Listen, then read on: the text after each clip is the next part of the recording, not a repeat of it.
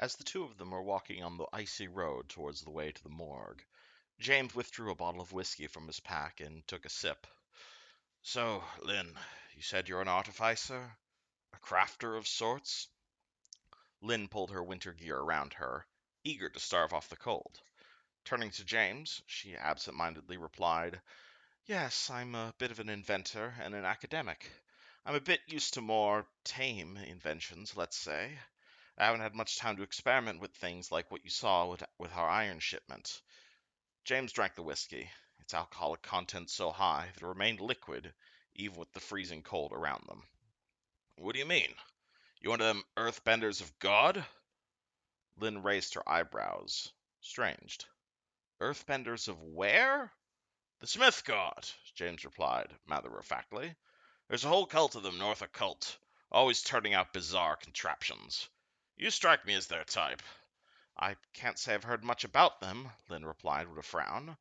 They sound interesting, though. I'll seek them out, or learn more about their methods if I get a chance to. But no, I'm not much of a smith. Don't get me wrong, I know how to operate a forge well enough, but I'm not the best at churning out arms and armor. Oh, you're not one for metalworking? Metalworking's all right, but she gestured to her small physique that could be made out beneath her winter gear. I'm not exactly built for spending a life at an anvil. Can I ask, though? She paused, looking at James's bottle of whiskey. Do you have any particular interest in artificing? You don't strike me as the type. Would you believe me if I told you I used to be a smith? James replied with a smirk.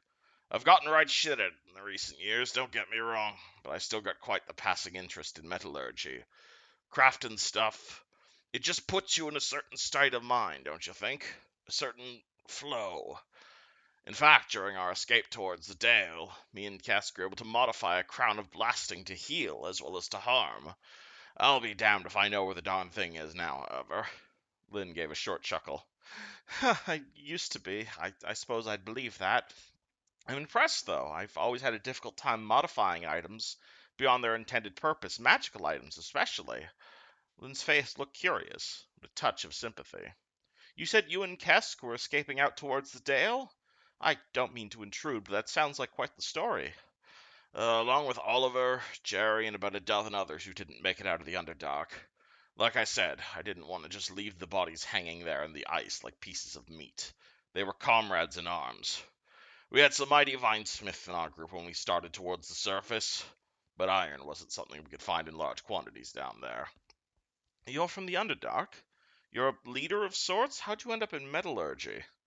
James laughed and drank back his ale, the laughter causing him to catch a few of the times as the liquid goes down the wrong tube. Not willingly. It's a long story. I'm from Neverwinter, if you can believe it. Took up the smith trade when I was but a wee lad, for the benefit of working on my own armor, as well as for the protection of my wife. James took a long sip from his drink. I see. Being self-sufficient and care for your equipment is admirable. Is here anything in particular about my craft that interests you?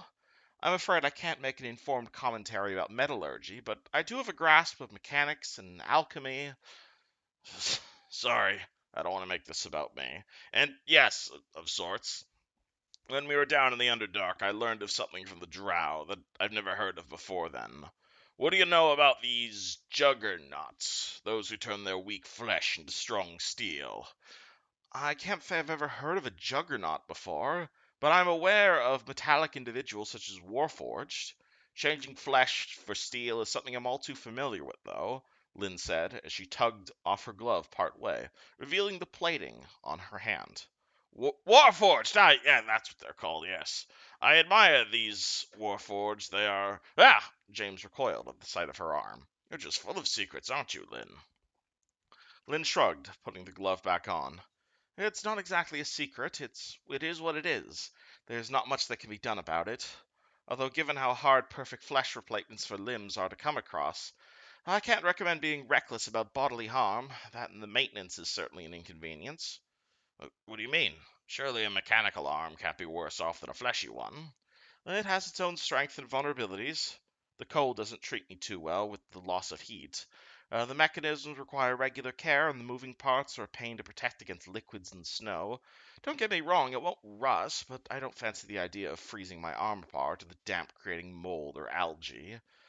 It's a bit better about taking a hit, though. I imagine I'll modify it eventually. James frowned. Down in the underdock, we came across a dresser. Just a normal looking wooden dresser. It didn't seem worthy of a second glance.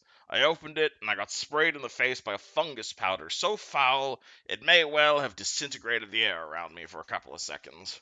With but a single breath, I was on my ass, able to walk, but essentially unable to fight for a week while I recovered. It was certainly a low point of our escape, something something I never wish to happen again. So I was hoping you and these Warforged idea I had might be able to help with that. Lynn's brow raised and her eyes widened a bit. Are you suggesting you replace your respiratory organs with mechanical ones? Or all of your vital organs? Unless there's some sort of significant downside to doing so. The lack of self-sufficiency is certainly a downside. I can't imagine it would be easy to maintain a mechanism if you can't look at it. That, and it would be infinitely more practical to add external modifiers such as a mask or armor. Frankly, for organic individuals, it's more trouble than it's worth to replace flesh with machine unless we don't have a choice. Huh. I never really considered the downside, to be honest. Is that why your arm is metal? Because you didn't have a choice? Lynn's step stuttered for a moment, her breath catching. Yes, I think it wasn't. Do you want to talk about it? I'm going to be honest. I'm not sure what there is to say. The circumstances were complicated, but they did lead me to artificing, and I'm fairly content with that. I do promise, though, it's not as if someone held me down and lopped off my arm or anything like that. Well, you said you didn't have a choice. That implies bad shit. You don't have to talk about it if you don't want to. Well, I imagine most people wouldn't willingly lose a limb. And well, it's not exactly that I don't want to, but well, she gestured vaguely into the air. I've mentioned that I'm here on a bit of a job. Getting into that store would involve some details that I'm not supposed to disclose to people while I'm here. A bit of an exit exam, if you will. But the place that sent me would rather remain out of the public eye. James let out a frosty smile. Well, it sounds like you did just that.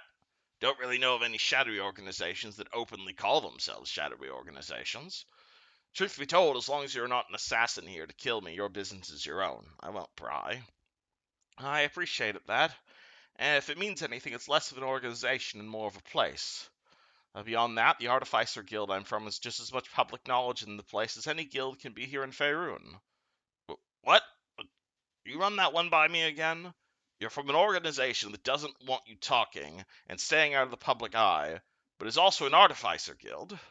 The next thing you're going to tell me is you're heir to the throne of Neverwinter.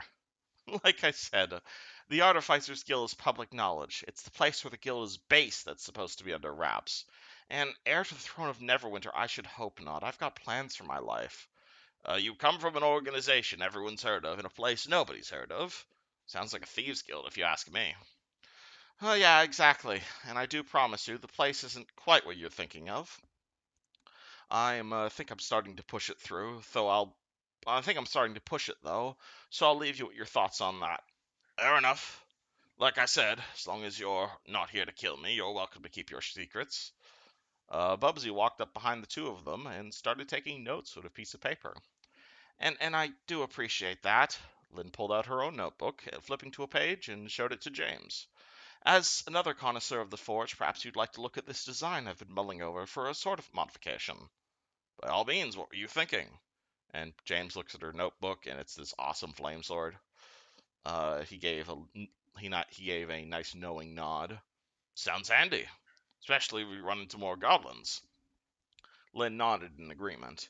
Especially if the creatures here are better suited to combat cold. Well, I hardly fight we're going to find many creatures resistant to fire, that kind of, or that other. I highly doubt we're going to find many creatures resistant to fire up here. There's quite the serious lack of salamanders this far north, and for good reason. All the better I'm working on it, then, yeah? Indeed. How soon do you think you can see results? Well, I'd need to finish up the fuel concoction, spend a day or two at the forge. I'd be honest, it would go a lot faster if I had help from someone who could better apply the modifications. Well, I'm rusty, but I'm probably more help finding you an actual smith than helping out myself, but I'm happy to try. It'll be easier to find time for this after we catch this killer, she said as she gestured to the morgue ahead of them. Fair enough. Let's focus on that for the time being. And scene.